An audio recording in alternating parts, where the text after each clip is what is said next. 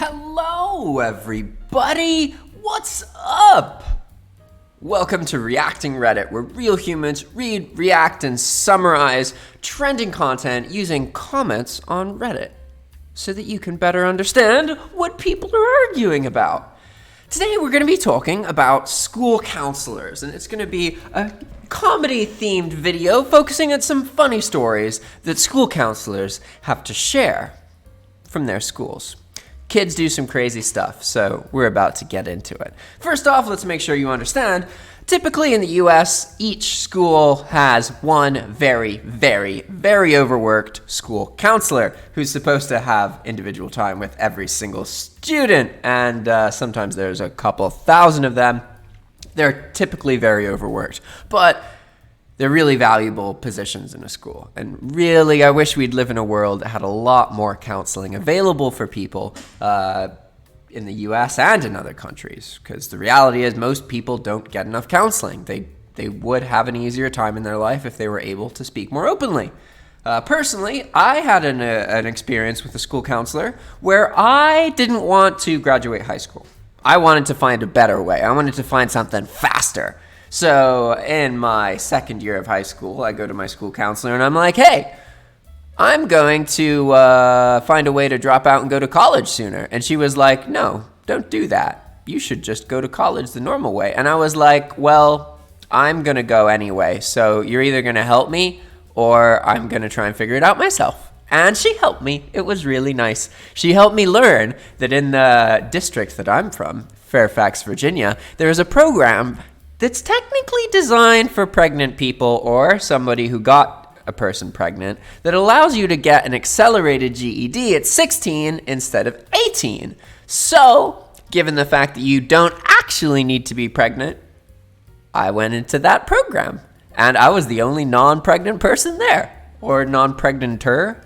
I don't know what you call someone who gets someone else pregnant. But basically, it's a program for people who are about to have a baby, they're having a baby too early, and they need to get working now, and they're in school, and they don't have a choice. They got to graduate, get a job, right? So I joined that program, and I got my GED, and then at the end of the day, I got into college 1 year early throughout all of those experiences. So it was totally worth it, and I thank my school counselor for being honest with me and showing me that I had pregnant options, that I didn't require pregnancy to entail. All right, let's get into these comments, see what people have to say. I bet there's going to be some funny stories here. All right, so this first comment is by Miss Liza, and it is middle school counselor here. Not really but a 7th grader came to see me in tears because she thought she might be pregnant. After some discussion, I realized that she had given a hand job and thought she could get pregnant from getting semen on her hands. Apparently, this is and my standard for what the fuck is a bit too high. I feel uncomfortable sharing my more crazy stories, and many of them are just real depressing. So a bunch of people are going to comment about how ridiculous 7th grader giving hand jobs, blah. Like, come on, guys. For most of our society, we had like 13, 14-year-olds getting married and having babies when they were 14 or 15. So, like, really? You're going to give a 7th grader shit for giving someone a hand job? I mean,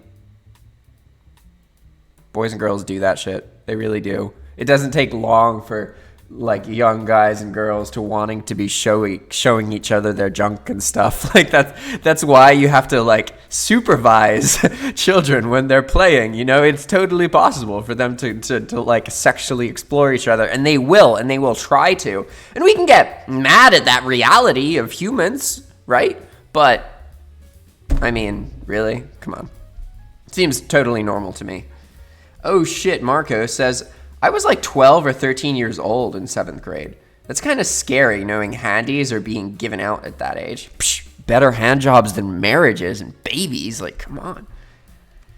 When I was in 7th grade, some mean girls made up a rumor that because my breasts were so big, I must have been lactating and pregnant. I spent quite some time with the school counselor and the principal as they talked to my very angry mother.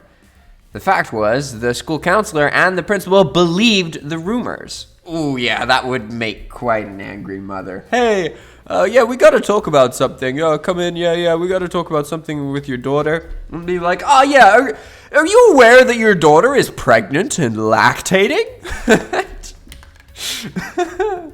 Oh my god.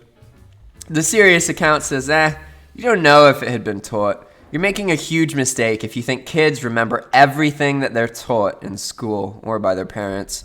After slowly explaining how women get pregnant in my 8th grade sex education class, a girl asked if you could get pregnant from a blowjob. Hey, yeah, it's totally possible. If you blow someone and then you take the cum and you smear it in your pussy, you could get pregnant from that blowjob. Totally possible. Bitches love babies, says. Well, it's not the school's job to do it anyway. Parents need to be talking to their kids all the time to keep it fresh. Sex is a very open and often discussed topic in my house, and once my son is actually old enough to understand it and need to know it, he will already have all the information drilled into his head. A reply to that says, well, it's not the school's job to do it anyway. They say, yeah, it is. The law is pretty clear. Okay, here's the point. Yeah, it's the school's job to do it. But as a good parent, are you going to rely on a shitty school system that does a horrible job to sexually educate wow, that sounds bad. To educate your child about sexually educate. To educate your child about sex? I mean, I'd personally rather be supplementing the shitty school education about that topic. As a parent, I would never rely on school alone, because that means some teachers are going to try and teach my kid, but ultimately my kid's probably going to think a fusion of things that his teachers have told him and other children have told him. And me personally, I, up till like the age of 8 or 9, thought that babies came out of buttholes. And I got in a big fight eventually because I learned that that wasn't true, but one of my closest friends still thought that it was true, and she very aggressively argued with me that babies do come out of buttholes and she was born out of her mom's butthole. And I was like, no, they told me the truth. There's these things, they're called vaginas, and it's really where babies come from. We don't come from buttholes, but we still do get covered in poo when we get born. But yeah, my friend didn't believe me. It was a sad day. Bitches love babies. That's a great username. I hope that person's a girl. Bitches love babies said, I have never understood that. They don't even teach anything valuable in most cases. I got sex education in 5th grade, and all they told us was how the female and male reproductive organs worked. Boners and periods. That's a great way to put it. Boners and periods. Yeah. They even separated the genders, so the girls didn't get to learn anything about the boys and vice versa, which is bullcrap. That is so true. So the girls got to learn about periods and the guys got to learn about boners? Damn. It is 100% the parent's job to teach their children. The garbage schools try and teach is not something I want for my child. That's so classic, though. There's a lot of like kind of old school people and schools where instead of teaching in a way that like is diverse, they're going to teach you things like, yes, if you're writing and you're a girl, you should only write about the girl experiences. You can't write about a boy's experience. And you know, if you're a writer and you're a boy, you got to stick with what you know and only write about a boy's experience. You just can't write about a girl's experience. Meanwhile, J.K. Rowling writes Harry Potter becomes super famous. Moving on. Lord Galen says, my sister used to wet herself to get taken home. It took a few times for my mom to figure it out. One day, she peed herself. Mom came up there with a change of clothes, changed her in the bathroom, and sent her right back to class. She never did it again. We had a kindergartner that used to do this when I was a counselor at an after-school program. It smelled awful, but the supervisors used to have us ignore it in the hopes that he'd stop once he didn't get the attention he wanted. He didn't. Every fucking day. It's funny. A kid in my 4th grade class would make himself throw up all over the desk to go home, and his poor cousin would be forced to clean it up. In my high school, this weird 15-year-old boy shat in his pants in the middle of class, and then he rubbed it on the chair and walked down the hall like it was normal. I mean, kids are pretty crazy. I mean, that is kind of normal. Like, yeah, if he's 15, okay, probably should be over the poop thing, but I don't know. You never know. I've had times where on the date I shat my pants on a walk and I was wearing ski pants and I had to keep going, you know, and ski pants have some elastic to stop stop snow from getting in your boots. Well, and this time it was stopping shit from getting in my shoes, and I was on a date, so I didn't want my date to realize that, I'd shat my pants, and I was proceeding to still walk with her and hold her hand and talk romantically and stuff. But luckily, this was back in the days where I was like 14, and kissing consisted of a kiss on the cheek and running away. So that is exactly what I did. I kissed her on the cheek and ran away and took care of my diarrhea. Sci-Fi Girl 1986 says, when my mom was in school, there was a kid that shit himself every day straight through 5th grade. He did it because he didn't want to miss any part of class and go to the bathroom. That's super funny. Malika77 says, and by letting him go home, the behavior is reinforced. If teachers aren't allowed to change him, then the principal or even a parent has to come in and send him right back to class. So long as the behavior is rewarded, the behavior will continue. You know what's funny here? I used to wet my pants a lot. And I personally wasn't planning on it. Like, it would just happen every science class.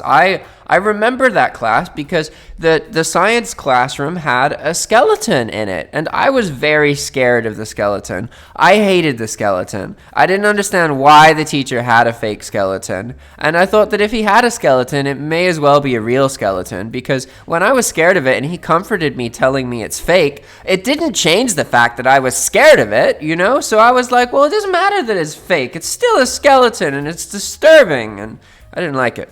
But I don't know if that was why I was peeing my pants. I just couldn't really hold my bladder in general. So if I needed to pee and I didn't ask to go to the bathroom as soon as I started to need to pee, well, then next thing I knew, I was peeing my pants. But what I'm confused about is all these people talking about changing. Like, I never got to even miss class because I pissed myself.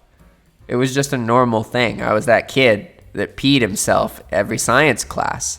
And, I don't even remember people sitting away from me. I just remember my pants were always wet, and I always got these weird rashes because I was sitting in my urine all day. I didn't miss any school. I didn't get a change of clothes. Like, what?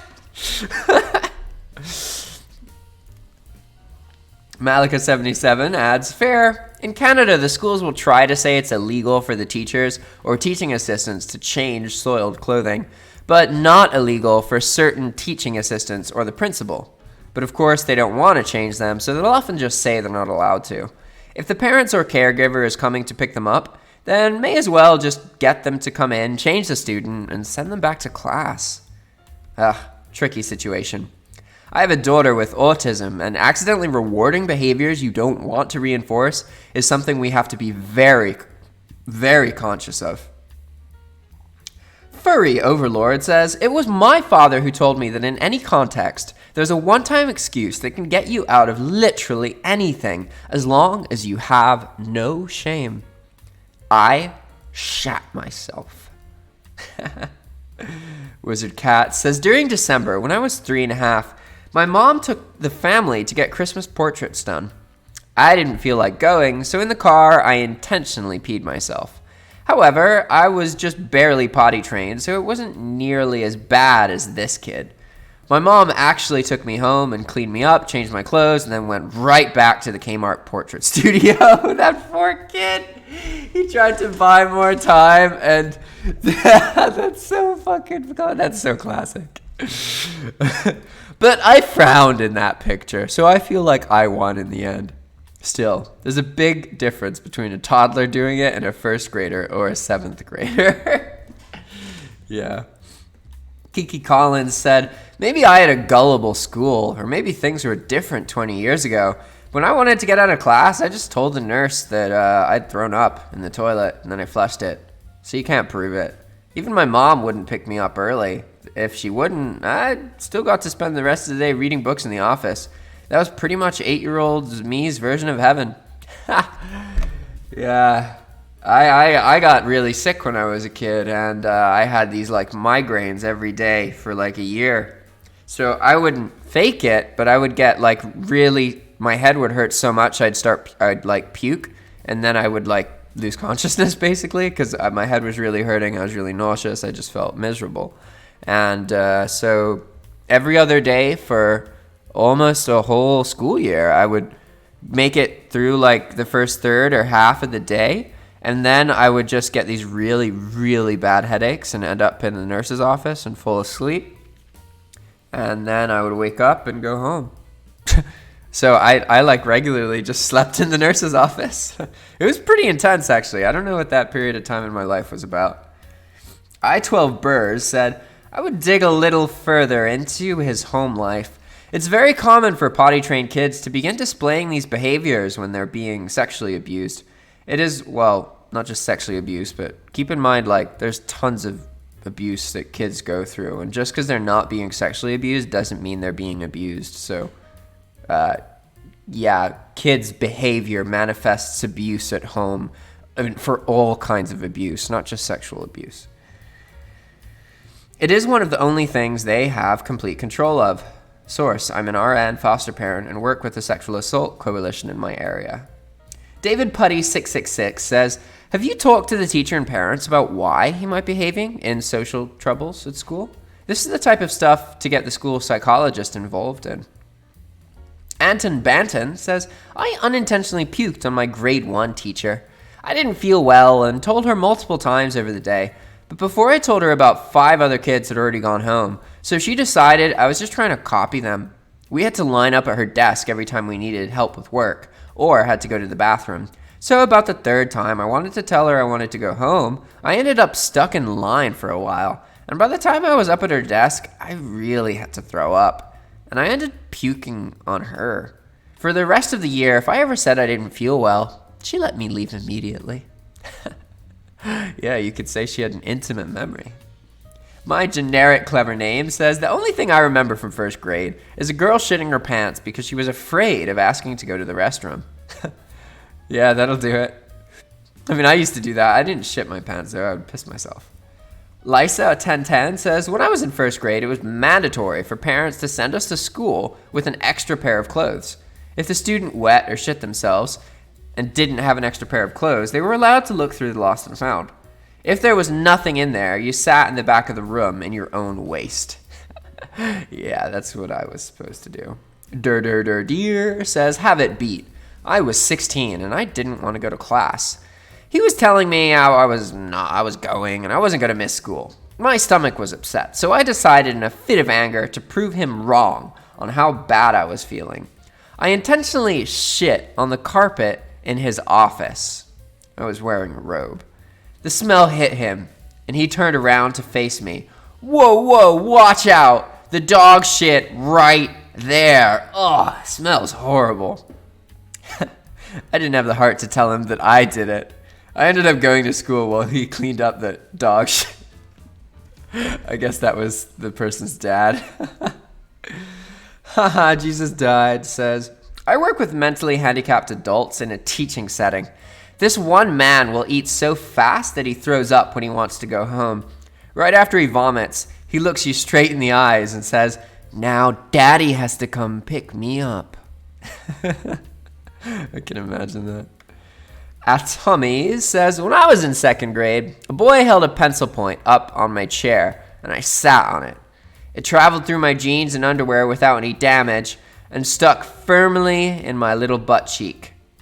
On this day, we happened to have a substitute teacher, and when I started crying, she took me into the in-classroom restroom and looked at my butt, informed me that the tip of the pencil was stuck in there, and I took off running and crying down the hall. I turned a corner, and the janitor, Ralph, called out, do you have a pass? To which I replied, there's a pencil stuck in my butt!